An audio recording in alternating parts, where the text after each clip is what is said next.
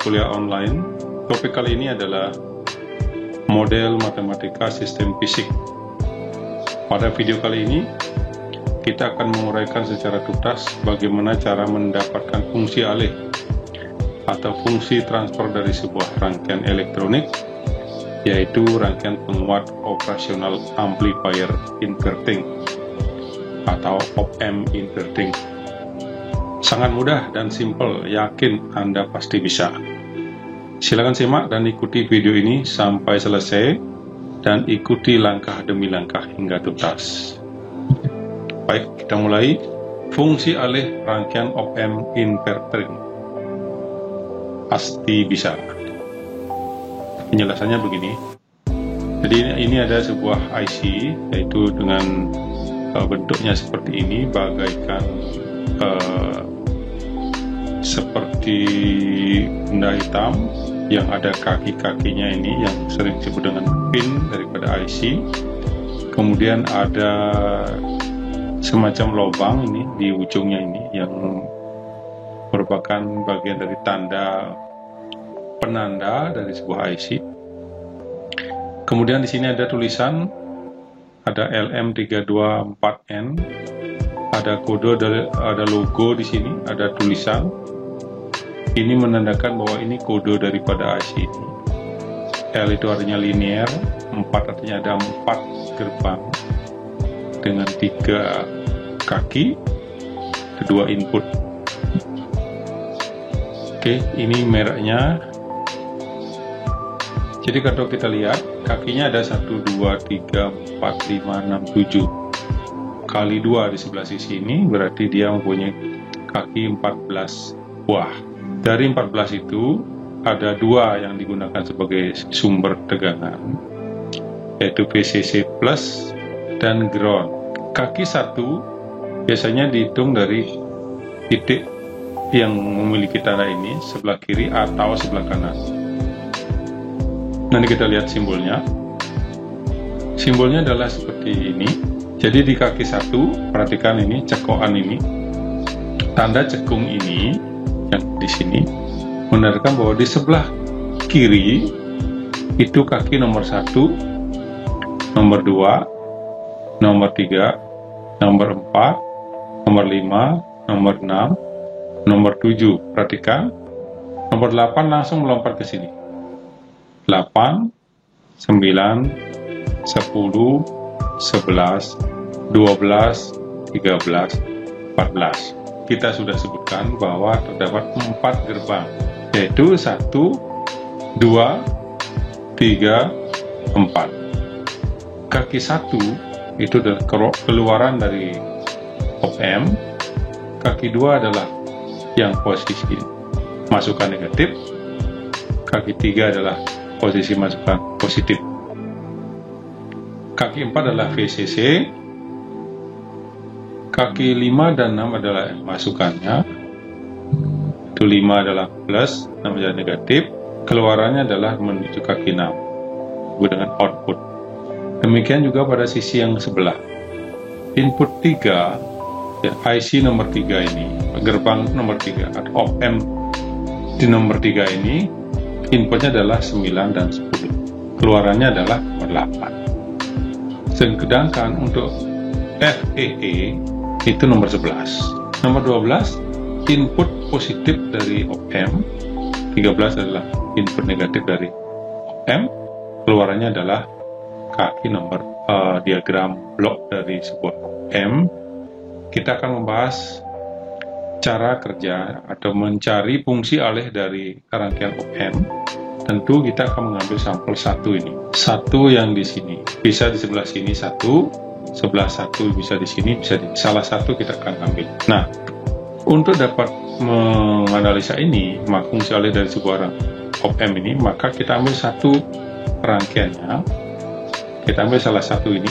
Jadi rangkaian ini kita kasih sumber tegangan, maka di gambar ini terlihat kita berikan tegangan, diberikan tahanan R1 pada inputnya yang menuju negatif, sehingga dia berfungsi sebagai op-amp inverting. Kemudian dari ujung R1 atau kita pasangkan R2 yang merupakan feedback atau umpan balik daripada op-amp ini. Sedangkan di posisi positif kita hubungkan dengan ground. Sedangkan posisi output E0. Perhatikan sekarang, pada sisi input EI adalah sumber input daripada op-amp. Di sini ada EX. EX ini harusnya kalau diberikan tegangan dia akan mengalir arus menuju titik ini. Seharusnya dia menuju ke titik ini, masuk ke op-amp baru ke ground. Sementara di titik ini juga dia mengalir ke atas ke I2. Khusus untuk rangkaian op-amp, perhatikan lagi sekali, khusus untuk rangkaian op-amp kita akan melakukan asumsi bahwa op-amp ini adalah op-amp ideal.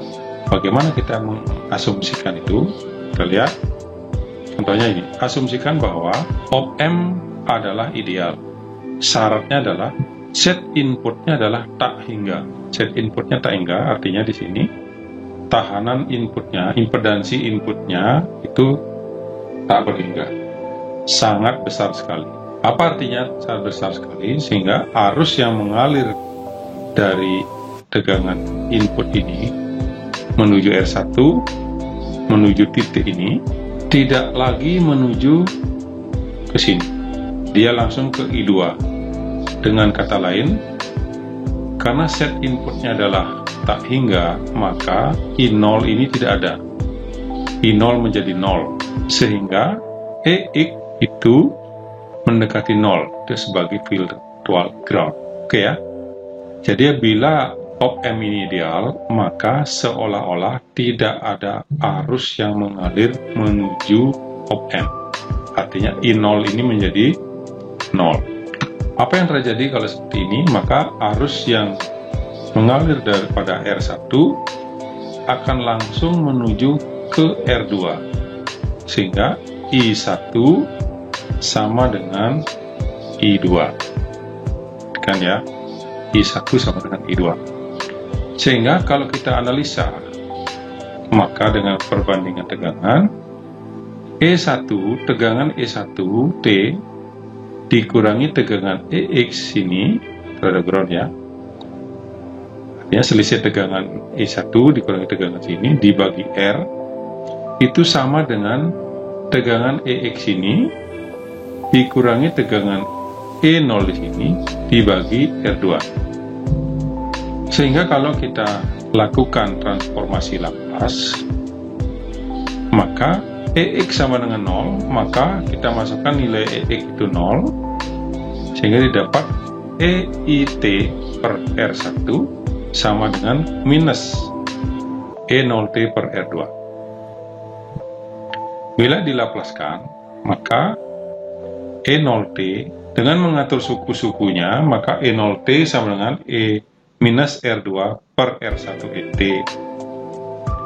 E0T sama dengan minus R2 per R1 EIT. Bila dilaplaskan, maka E0S sama dengan minus R2 per R1 E1S. Sehingga fungsi alihnya dari rangkaian M ini adalah EIS.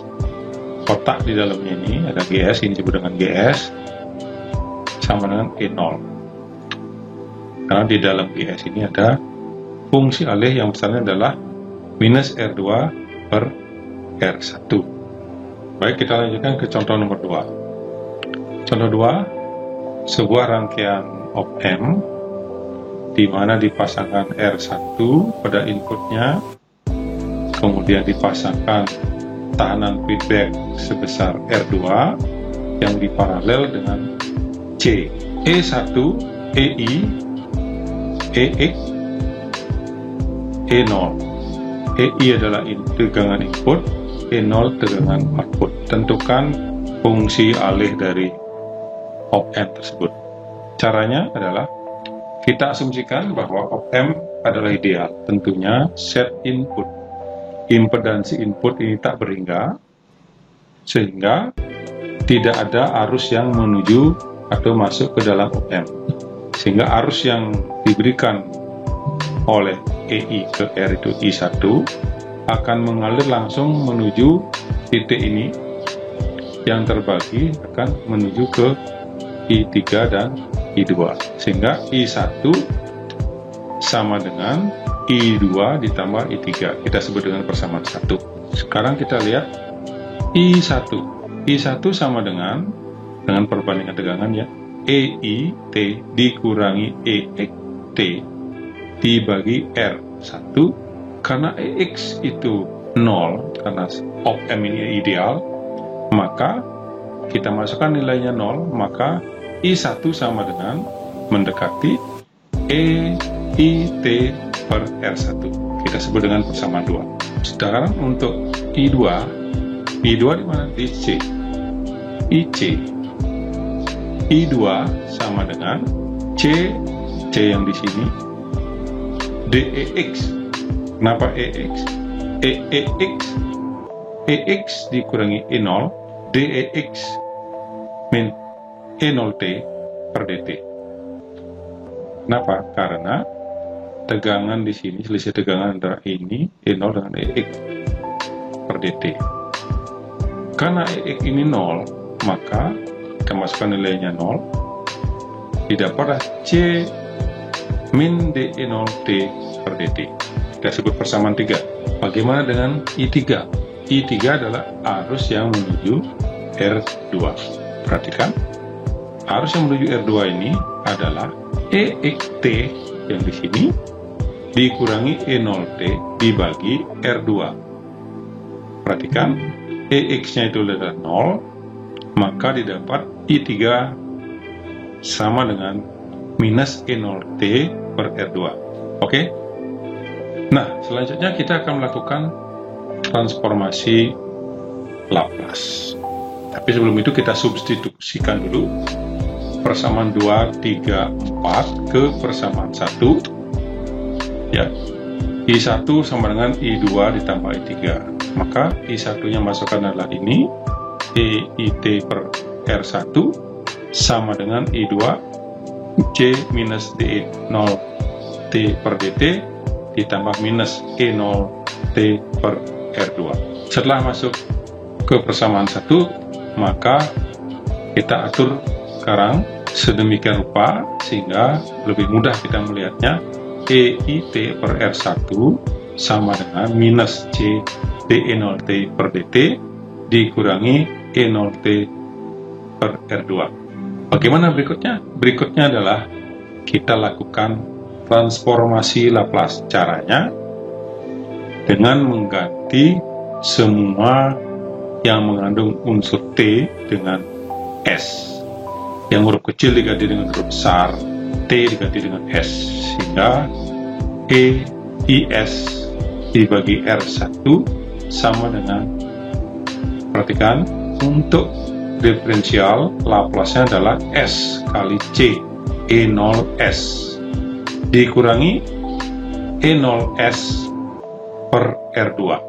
Nah, selanjutnya kita akan mengatur lagi suku-sukunya sehingga menjadi EIS kalikan dengan R2 sama dengan minus S C R2 minus 1 kalikan dengan E0S.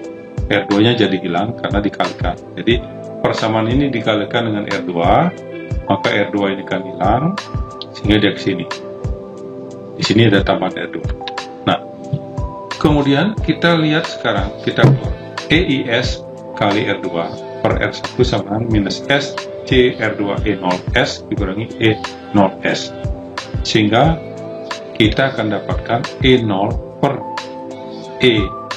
EIS sama dengan minus R2 per R1 dikalikan dengan 1 per R2 CS plus 1. Inilah disebut dengan GS. Kalau kita lihat gambarnya adalah GS seperti ini. EIS adalah input, GS adalah fungsi alihnya, E0S adalah keluarannya. Di dalam GS ini apa? GS ini adalah fungsi alih yang kita cari, itu adalah ini. Berikutnya akan diberikan latihan. Ini boleh Anda kerjakan.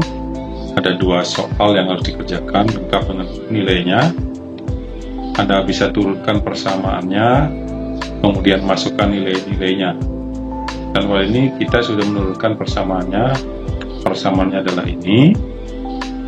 Persamaan yang kedua ini adalah ini.